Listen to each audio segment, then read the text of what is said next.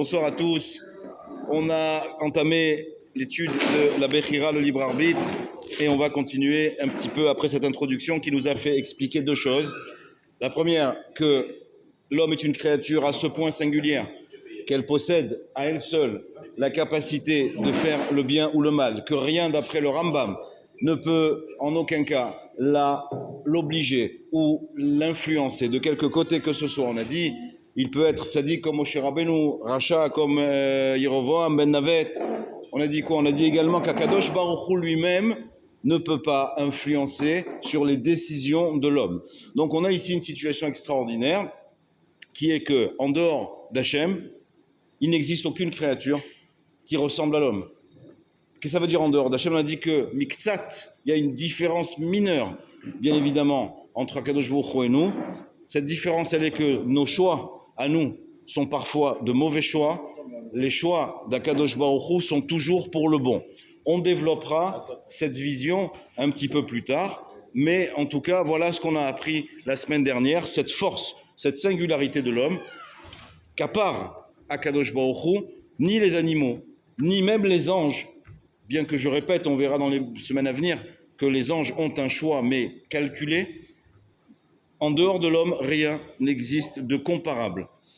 Kevan she'abechira biladit beyad adam, du fait que le choix est singulier et dans les mains de l'homme, lachen hu achai lema'asav, il est donc responsable de ses actes. Ve'im chata, et s'il faute, ou izik le'atzmo, il s'endommage lui-même. Fini le Rambam et dit ulficha raoui lo lifkot ve'likkonen al chata ve'al ma'asav. Il est convenable et il convient que seul lui puisse se reprocher, se lamenter sur son sort. Lachen gam en adam yachol liftor et atzmo. Un homme ne peut pas dire Rabotai, c'est pas de ma faute. Je suis né comme ça. Dieu il m'a fait comme ça. En kazedavar, ça n'existe pas. Je suis le seul patron à bord. Les choix que je fais ne me sont en aucun cas insufflés par qui que ce soit. Mais qu'est-ce qu'il y a d'intéressant dans cette vision des choses? C'est qu'effectivement, le mal, je ne peux me le reprocher qu'à moi-même. C'est extrêmement important, Rabotai, ça c'est une notion difficile à entendre. Mais il faut l'entendre. Ce qui m'arrive, je suis le seul responsable de ce qui m'arrive. Et donc, si je suis le seul responsable de ce qui m'arrive, ça veut dire que je peux être le seul responsable, je suis le seul responsable également du changement. Comme on dit dans les mots, on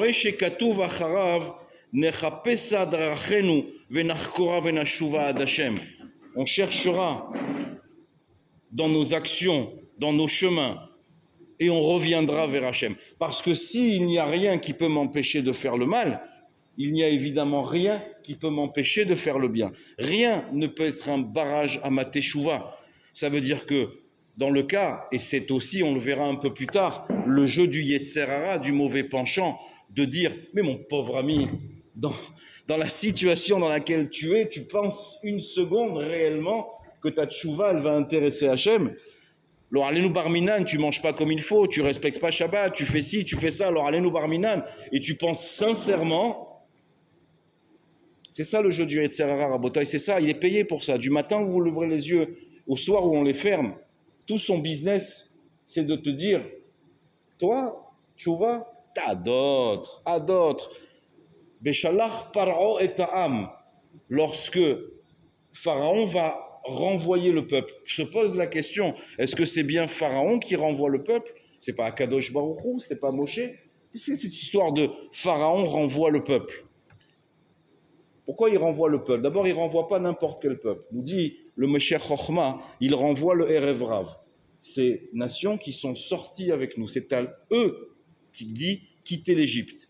Parce que vous allez revenir. Vous allez me les faire revenir. Le Yetzer Hara, il est exactement du même acabit. Il fonctionne de la même manière. Vas-y, va faire tchouva, va à la synagogue, va mettre les tefilin, va faire Shabbat. De toute façon, tu vas revenir en courant chez moi. Elle est bidon, ta tchouva. Elle est bidon. Va faire ton cinéma, va étudier la Torah, va au cours de Rav Nathan. Tu vois pas, à qui tu crois que tu impressionnes? C'est ça son boulot. Ici, le Rambam me dit, attention, je t'ai dit que rien ne pouvait t'empêcher de faire le mal, mais rien, même le Yetzer Hara, ne peut pas t'empêcher de faire tchouva. Il n'y a pas un homme sur terre qui ne peut pas faire tchouva, sauf, comme on l'a dit ce matin, Pharaon. Ve'ichbadeti ani et libo. Je lui ai endurci le cœur. Il y a des cas, Rabotai chazvechulent, où Akadosh Baruch Hu décide que la coupe est pleine et que ta tchouva, effectivement, il n'en veut plus. Lo alenu barminan, un homme qui quitte ce monde sans avoir fait tchouva, c'est une vraie punition.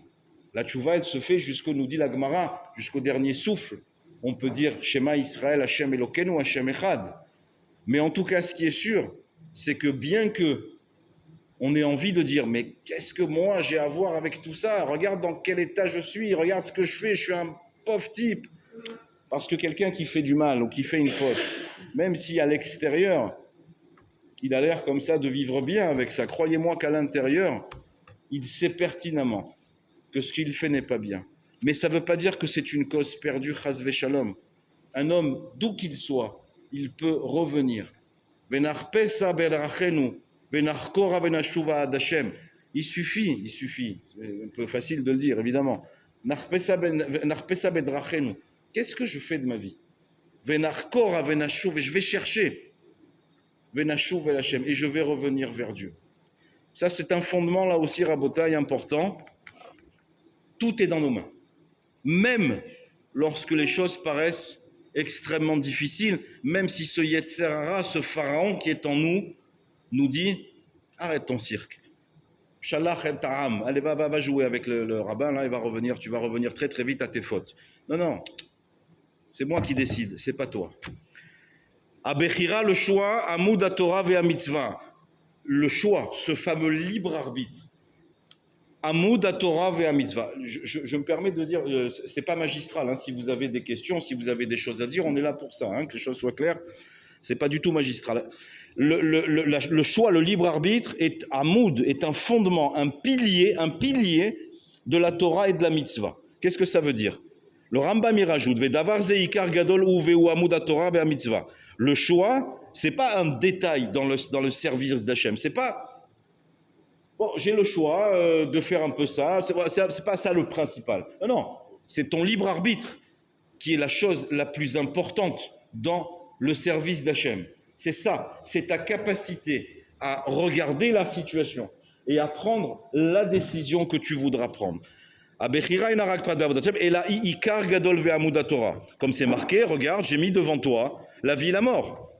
Oui. Je mets devant vous la bracha et la bénédiction et la malédiction. Je te donne dans tes mains je te donne dans tes mains le choix entre le bien et le mal. Et c'est écrit là-bas encore dans Devarim, mi iten ve'aya levavam. C'est une phrase extrêmement puissante. Qui va donner à leur cœur la crainte d'Akadosh, de ma crainte, tout le jour de leur vie, et qui va les faire garder mes mitzvot? C'est Akadosh Baruch Hu qui dit ça à Moshe à Matan Torah. Qui va leur donner ma crainte et qui va leur faire garder mes mitzvot? Qui? Comment Hachem il peut poser une question comme ça? Qu'est-ce que vont répondre les Bnei Israël? Quelque chose de Nora ve'ayom. On te dit ici, on pose une question, Akadosh Baruch Hu il pose une question, qui va leur donner? Qu'est-ce que va se passer? B'ma'amad Har Sinaï, au moment de Har Sinaï, les Bnei Israël ont dit à Moshe, s'il te plaît, à la deuxième parole, s'il te plaît, parle-toi avec Dieu. Pourquoi? Parce que si nous on continue à écouter, on va mourir.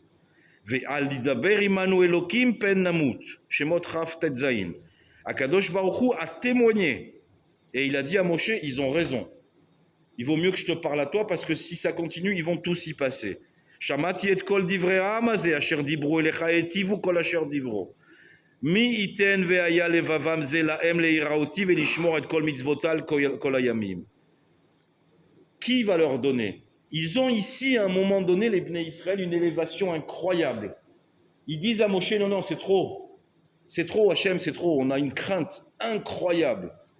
C'est trop, parle-toi. Toi, tu es capable. Et Hachem, il dit, Hazak, vous avez compris qui j'étais. Vous avez compris, c'est magnifique. Qui va vous donner cette crainte-là? Nous dit le Rav ici, Alevai sheyamdu bemadrega zo shel yirat shamayim, Sheirat Shamaim Mesora le Bechirot à Adam ou Kemforash Bagmara Brachot. Akadosh Baruch Hu du Alevaï, pourvu qu'il garde ce sentiment-là, cette crainte-là. Parce que c'est avec cette crainte-là qu'ils vont garder ma Torah et mes mitzvot. Ils n'ont pas répondu à la question. Ils n'ont pas dit, toi, c'est toi qui va nous donner la crainte. C'est toi qui va imprimer dans nos cœurs cette crainte. On n'a pas répondu. On n'a pas répondu. Alors, Moshe, il leur a dit, Kafou Tova, vous êtes des ingrats. Vous n'avez pas compris. Vous arrivez à un moment de l'histoire du peuple juif où vous êtes revenus à l'état de Adam Arishon avant la faute. Akadosh Baruch Hu, il vous fait une allusion, il te dit, qui c'est qui peut, qui c'est qui peut, et tu réponds pas. Imaginez-vous si on avait dit, mais c'est toi. L'histoire était terminée ici. Mais on n'a pas répondu. Et donc, on va être obligé de garder en nous. En gros, qu'est-ce qu'on a dit à Hachem? Récupère ton libre arbitre. On n'en veut pas. On n'a pas dit ça. On aurait dû lui dire, récupère cette Bechira. Récupère, garde-le, on n'en a pas besoin. Rien que laisse-nous la crainte. Et ça ira bien comme ça. Et ta Torah et tes mitzvot, on va les garder. Non, on n'a pas répondu. On ne lui a pas dit, c'est toi. On a dit, non, on va garder le libre arbitre. Mais Rabotaï, ce libre arbitre-là, on en a fait une espèce de fierté. On en a fait une espèce de garant de nos libertés. Mais en fait, c'est un ennemi. En fait, c'est une difficulté pour nous. Toujours choisir, est-ce que je fais ça, est-ce que je fais ça, est-ce que je fais ça, est-ce que je fais ça. Akadosh Baruch Hu, il t'a dit, qui va te donner la réponse? Pourquoi on n'a pas dit? On va y revenir un peu plus tard. Pardon. Nimtzanu l'omdim, la Bechira est le fondement même, le grand fondement de la Torah et des mitzvot. Je vais choisir non pas en fonction d'éléments extérieurs, non pas en fonction de mon éducation, non pas en fonction de mes midotes, de mon caractère, pas du tout. Je suis plus grand que ça, je vais fonctionner et je dois amener mon choix en fonction de ma crainte d'Hachem. Où se situe ma crainte d'Hachem, puisque j'ai pas su lui remettre toute ma vie dans ses mains, en lui disant c'est toi. Deuxième chose, nous avons dit quoi? On a dit Kol Adam Yeshlo Bechira Ben Atov Ve'ara. Chaque homme a son choix entre le bien et le mal. Ve'yachol Liot Tzadik Moshe Oracha ki Yerovoam Ben Navad. Troisième chose qu'on a appris En Afkoach Shemachiach Oto O Moshech Oto Le'echad Meshne Tzdadim. Il n'y a rien, Rabotai. C'est important que ce soit ancré dans nos esprits. Rien ne peut décider à votre place de faire la Torah et les mitzvot ou de ne pas la faire. Rien.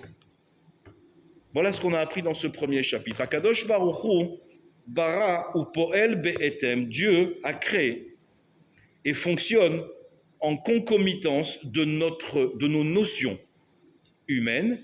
Kedel le'afsher lanu le'avin ktsat midarkav u'ma'asav. Akadosh Baruch Hu régit ce monde, fonctionne dans ce monde avec une capacité, en nous donnant une capacité de le comprendre. Cette capacité, elle est humaine. Là aussi, ce sont des yesodot, ce sont des fondements. Akadosh Baruch Hu nous donne des signes que nous pouvons comprendre avec nos outils humains. Qu'est-ce que ça veut dire? Pour nous permettre de comprendre un petit peu comment lui fonctionne. Ça va répondre à beaucoup de questions. Kedai levaer etev et me'ut habechira navin zot al yede shenasbir kodem et ha'u amina ha'ofra. D'abord, avant d'expliquer, on va essayer de comprendre le contraire. Pour comprendre l'essence de ce choix, de ce pouvoir que l'on a, on va d'abord explorer le côté inverse de ce pouvoir. La certitude de ceux qui disent « il n'y a pas de choix dans l'homme ». Comme nous a dit le Rambam, les imbéciles de ce monde et les ignorants du peuple juif pensent que on est comme ça, on n'a pas le choix. « Achosher nire be'avana » Non, moi je suis comme ça parce que je suis né comme ça, je fonctionne comme ça. Akadosh Baruch Hu barata olam hagashmi, Dieu a fait le monde matériel, olam hateva, le monde de la nature. Im mugbalot vechukim, il y a des lois dans ce monde. Si je prends ces lunettes et que je les lâche, elles tombent, c'est une loi. Akadosh Baruch Hu a voulu ça s'appelle la gravité. C'est une loi naturelle. Très bien. Oui. אחד הדברים העיקריים המרכיבים בבריאה, שגם מרצונו יתברך חוק סיבה ומסובב, אין מסובב ללא סיבה. Une deuxième chose qui est importante à comprendre, Dieu crée un monde où il y a une conséquence et une cause et une conséquence. Il n'y a pas de conséquence sans cause. Velarov, l'école mesovev yeshlo arbe sibot. Et dans la majeure partie des conséquences, il y a plusieurs raisons. Ça aussi, Rabotai, c'est une loi qu'Akadosh Baruch Hu a décidée. Il y a une conséquence parce qu'il y a une cause. Il n'y a rien qui vient comme ça. En tout cas, pour que nous puissions vivre avec ça. On ne peut pas vivre sans le temps et on ne peut pas vivre sans ce schéma qui s'appelle Sovev ou Mesovev, cause et conséquence. On a besoin de ça. Si je fais ça, il y a une conséquence. La cause de cette conséquence, c'est que j'ai pris ce verre et je l'ai mis là. Tout notre monde, toute notre perception du monde, Akadosh Baruch Hu l'a voulu de cette façon-là. Oui. Comment? Précise. On voit un miracle d'Hachem. Oui. Par exemple, l'histoire de la fille d'un tzaddik qui a allumé les veilleuses avec de l'eau et oui. il a tellement cru que ça a marché. Bon, très bien. Ça va contre la loi, vous dites que c'est la nature. Donc Hachem, il met d'accord, il met de la loi, de la gravité, etc. Mais en réalité, ce qu'on voit, c'est que quand on a la Emunah et qu'on est à Torah Mitzvot, on peut être plus haut que tout ça. Oui. Qu'est-ce que ça veut dire? C'est-à-dire que le libre arbitre, oui, c'est mon libre arbitre qui m'a fait aller vers... C'est l'inverse. Si tu as ton libre arbitre, regarde. Mais pourquoi c'est un libre arbitre de se dire c'est mon libre arbitre d'aller dans le bon chemin? Oui. Je peux choisir Moshe comme je peux choisir le rachat. Très bien dit. Mais, non, ça veut dire, c'est quoi on va le prendre du début, mais c'est très juste. Je vais faire un choix qui va contrarier une loi d'Akadosh Baruch Hu. Parce que ma Emouna envers Hachem, elle est tellement forte et sincère qu'il ne peut pas aller à l'encontre. Très bien. La date des Ina, très bien. C'est comme la date de ça veut dire que c'est puissant ce que tu dis. Ça veut dire bien que finalement, j'ai pas besoin de choix. Non, ça c'est quand c'est rare ce genre d'action très pieuse et dans une. Mais pourquoi c'est rare? Pourquoi c'est rare? Parce qu'on a tous un Yetzerara, une partie des. Donc un choix. Elle a décidé. Elle a décidé que de choix il n'y en avait pas. Exactement. Donc c'est ça qu'on va essayer de comprendre. Parce que pour l'instant, ça reste encore un peu binaire, mais c'est juste. Mais c'est ce qu'on va essayer de comment ça marche. D'un côté, on dit à Kadosh Baruch Hu, oui, Avi. Oui. On dit que cause à effet. D'accord. On va dans l'Igmara plein de fois et on voit sous ta vote. Oui. Mon père, il a du souci. Oui. Moi, je peux ne pas être méritant. Oui. Mes actions. Oui. Le souci de mon père, il fait que, oui. Finalement, même quand mon libre arbitre va à l'encontre du Torah, ben finalement, le souci de mon père, il va faire que j'ai pas un sera. Le mérite pas. J'ai pas de choses mauvaises. Oui. Donc, est-ce que vraiment, quand on dit libre arbitre, est-ce qu'il y a vraiment une cause à effet direct? Alors, il y a des exceptions, forcément. C'est pas il y a des, il y a beaucoup d'exceptions. Mais encore une fois, on pose une base. La base, c'est comment le monde y marche. Moi, j'ai besoin d'un monde. J'ai besoin d'un monde en tant qu'être humain qui réponde qui soit l'environnement le plus adapté à la façon dont j'ai été créé. J'ai été créé, en tout cas, j'ai cru comprendre que j'ai été créé, les Khatrila, on va voir ça avec Adam Arishon, vous allez voir que c'est Pélé. Adam Arishon, il est né sans Bechira. Et il arrive quand même à faire un choix qui n'est pas le bon. Donc ça va dans ton sens. C'est-à-dire que la notion de Srutavot, elle va aussi également dans l'autre côté. C'est-à-dire que Racha Vetovlo, Tzadik Veralo. Ça, c'est la question que Moshe Rabbeinu pose à Akadosh Baruch Hu en lui disant « Attends, j'ai une question, je ne comprends pas. Celui-là, c'est une ordure notoire. Il est plein. Celui-là, l'autre, il Torah au mitzvot, il étudie 22 heures par jour. Il il finit pas, il n'arrive pas à finir le mois. Qu'est-ce qu'il lui a dit Akadosh Baruch Hu, écoutez bien, shtok, al ta'ale bemarshava. Tais-toi, c'est pas ton problème. Non, mais c'est pas pour revenir à la gravité. Non, je te dis pas ça à toi, Chas v'shalom. Je dis ça. Pour les de la gravité, quand elle tombe, c'est une action qui fait quelque chose. Mais dans le Torah, ça ne marche pas comme ça. Et pourtant, ils viennent te dire que c'est le fondement de la Torah. Et c'est pas possible. Parce que la personne qui va étudier Torah des autres, qui est en train de aller à la fin du mois. Ouais. Qu'est-ce qu'il lui répond, Hachem? D'accord, mais ça veut dire, en tant qu'être humain, dans l'idée d'être un être humain, c'est la conception d'Hachem, elle n'est pas dans la nôtre, dans notre tête. Razak, on reprend le sujet. Ou Poel Be'etem, les Moussagenu, il marche en concomitance, en concordance avec nos notions, pour nous montrer un tout petit peu comment il fonctionne. En gros, la cotérette, le logiciel, cause et conséquences. Maintenant, il y a d'autres programmes. Ces programmes-là, soit on y a accès parce que on arrive à se dire cette eau, c'est de l'huile, l'Ichvod Akadosh Baruch Hu, pour allumer les nérodes de Shabbat, et à Tzadik Gozer Hashem Mekayem, le Tzadik décide, Dieu réalise. Donc ça va complètement à l'encontre de ce qu'on est en train de dire. Complètement à l'encontre. On est en train de me dire que si je bouge le verre, il bouge. Maintenant, si je fais bouge, je ne suis pas un Jedi, il ne bougera pas le verre. Donc, je répète, le logiciel de base, cause et conséquences. Donc, de base, dans quel moment et dans quel cas ce logiciel, on va pouvoir le craquer et le faire fonctionner différemment, c'est en ayant cette conviction, je spoil un peu, mais en ayant cette conviction que Akadosh Baruch Hu, lui, il fonctionne pas comme ça. Il a besoin de fonctionner comme ça parce que tu as besoin de toi. À un moment donné, il faut qu'il y ait une logique. Sinon, tu deviens dingue. Il faut qu'il y ait une logique. Donc, Hachem, il t'a mis dans un monde qui marche avec des lois. Pour te montrer un petit peu comment il fonctionne.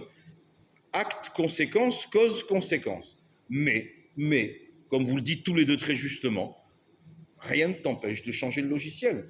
Comment, pourquoi? On va essayer de le comprendre. Akitso, oui. Akadosh Baruch Hu bara et haolam gashmi, olam hateva, im migmal chokim. Achar advarim haikarim, très bien. Shegam meretzono yitbarach, chok siba umesovev, en mesovev lo siba, très bien. הטעם שהקדוש ברוך הוא חקר את עולמו כיוון שרצונו יתברך היה שאנו נבין את ההנהגת עולם הטבע. D'abord, הקדוש ברוך הוא, il dit, je vais faire un monde naturel pour que vous le compreniez. Je veux que vous compreniez le monde dans lequel vous fonctionnez. Avant de parler de quoi que ce soit, on est dans votre question, hein. Avant de parler de quoi que ce soit, je veux qu'on fonctionne avec les lois de la nature. Très bien. Comme il dit le Ramchal. Pourquoi Dieu il a fait le monde avec 10 paroles? Question du Ramchal. Qui émet ou vadaï ayayachol livro olamo beder kol yecholto. Il avait qu'à faire ça et le monde il était créé parfaitement. Qu'est-ce qu'il fait? Vayerev vayivoker yom rishon yom sheni yom shlishi vayi or vayi ceci vayi cela. Pourquoi tu parles? Il avait juste à faire ça. C'est ça la question du Ramchal. Oui, mais pourquoi maintenant il a besoin? Il y a des mondes qui ont été créés avant. Mais pourquoi nous, il a besoin de nous raconter dans Bereshit qu'il a fait le monde avec 10 paroles? Pourquoi? Tu pouvais le faire, tu l'as déjà fait en plus. Tu pourrais le faire beaucoup plus vite. Parce qu'il a fait pour se mettre à notre niveau. Alors on va essayer de comprendre. Qu'est-ce que ça veut dire se mettre à l'autre niveau? Très bien dit. היה יכול לברוא עולמו בדרך כל יכולתו, בלא שנוכל להבין במעשיו לא נמשך ולא קודם, ולא סיבה ומסובב. Il a tout à fait, il l'a déjà fait. Mais s'il avait fait comme ça, qu'est-ce que nous on aurait compris de ce monde? Comment ça marche ton truc? Comment? Je comprends pas. Attends, moi il faut que je comprends pas. Non, je vais faire un monde et je vais t'expliquer comment ce monde y marche et tu vas le comprendre. Ça je vais te donner. Ça je vais te l'expliquer. Mais j'ai pas besoin de faire ça. J'entends pas dire. Exact. Donc, tu pourras avoir une notion. Musagenu enoshim, nos notions humaines. Ça ne veut pas dire que tu vas comprendre comment j'ai fait. Je vais t'expliquer que je suis passé par des étapes pour que tu comprennes qu'à chaque cause, il y a une conséquence. Tu as besoin de ça et c'est comme ça que je veux que tu vives. Lui, il n'a pas besoin de ça. Le Ramban dit dans sa Agdama de Bereshit que Akadosh Baruch Hu, il a une puissance créatrice qui nous échappe. Mais en tout cas, c'est comme ça que ça a fonctionné, pour ceux qui arrivent à comprendre la création du monde. ואם היה בורא כך, היה סותם פיהם של כל הבריות, שלא יפצו פה כלל על כל מעשיו. Kadosh Baruch Hu, il fait ça, qu'est-ce qu'il fait? Il ouvre une porte à ceux qui disent, mais enfin, le monde, il a 13 milliards d'années. On a des ossements, on a des dinosaures, on a des planètes, on a des fossiles. Tout ça, c'est cause et conséquence, Rabotai.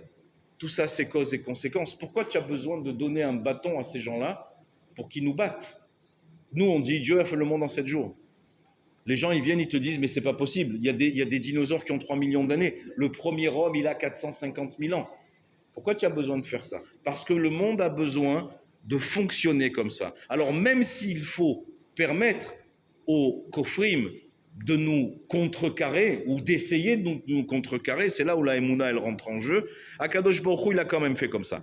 Kevan, shemafrinim bebriya chukiyot shel siba ou mesovev, parce que nous arrivons à distinguer dans la création du monde des lois qui répondent à cause et conséquences, chez Kol Tofa itotsa shel siba, que toute sortie est un résultat d'une cause qui l'a précédée, Asher gamla yesh siba, et que même cette cause elle a une siba, zenoten makom les kofrim, ça donne aux rebelles, ça donne aux kofrim, aux renégats, une paix.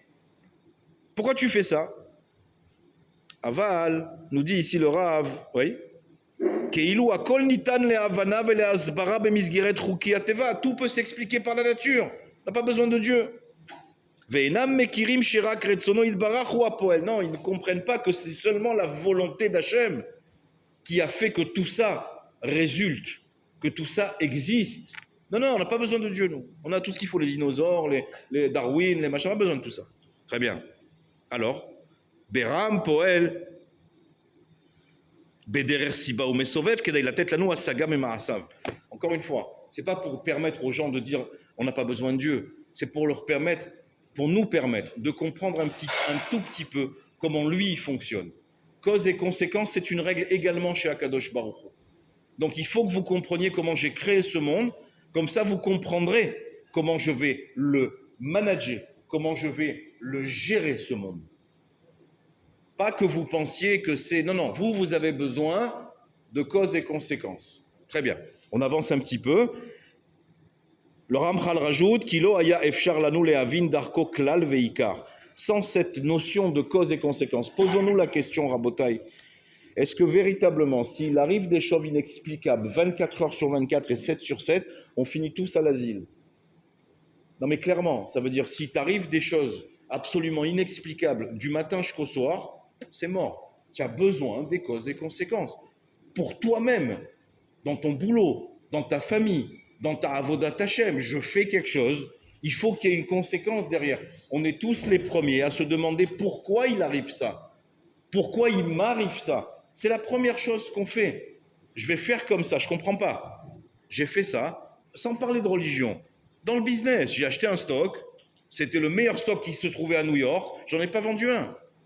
Je ne comprends pas, j'ai bossé 10 heures mon examen, je me suis pris une tôle. Je ne comprends pas. Et la première chose, c'est qu'on veut comprendre.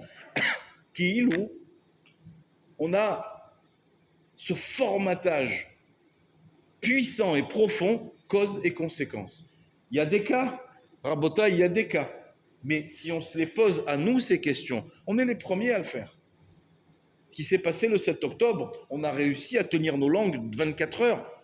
Mais on s'est tous... Il n'y en a pas un autour de cette table qui ne s'est pas dit, mais qu'est-ce qu'on a fait pour mériter ça? Et on va voir les Gdolim, et on pose des questions. Mais on a besoin de ce fonctionnement-là. On a besoin de ça. Sinon, qui m'a dit tout à l'heure, oui, je discutais, il n'est pas là, c'est dommage, non? Il vient ce matin, il vient me dire, pourquoi l'esclavage? Pourquoi on a besoin d'être esclave en Égypte 400 ans, 210 ans, 82 ans en Aref? Alors on va expliquer. Eh bien, parce que tu comprends pas, c'est la promesse d'Hachem, parce que Avraham, Avinu, il a osé poser une question. Il a dit à Dieu, mais dis-moi, comment je saurai que tu vas tenir ta promesse? Et pour ça, tu me mets 400 ans en esclavage, tu fais un massacre de bébés. Vous connaissez tous les Midrashim, la violence de l'esclavage de Pharaon, comment il mettait les enfants dans les murs, comment il égorgeait 150 bébés. pour se plonger dans leur sang parce qu'il était lépreux. C'est ça pour ça, parce que tu as posé. Qui est capable d'accepter ça? Parce qu'il y a des adolescents qui dansaient dans un désert à moitié nus, ça justifie qu'on massacre 1200 personnes.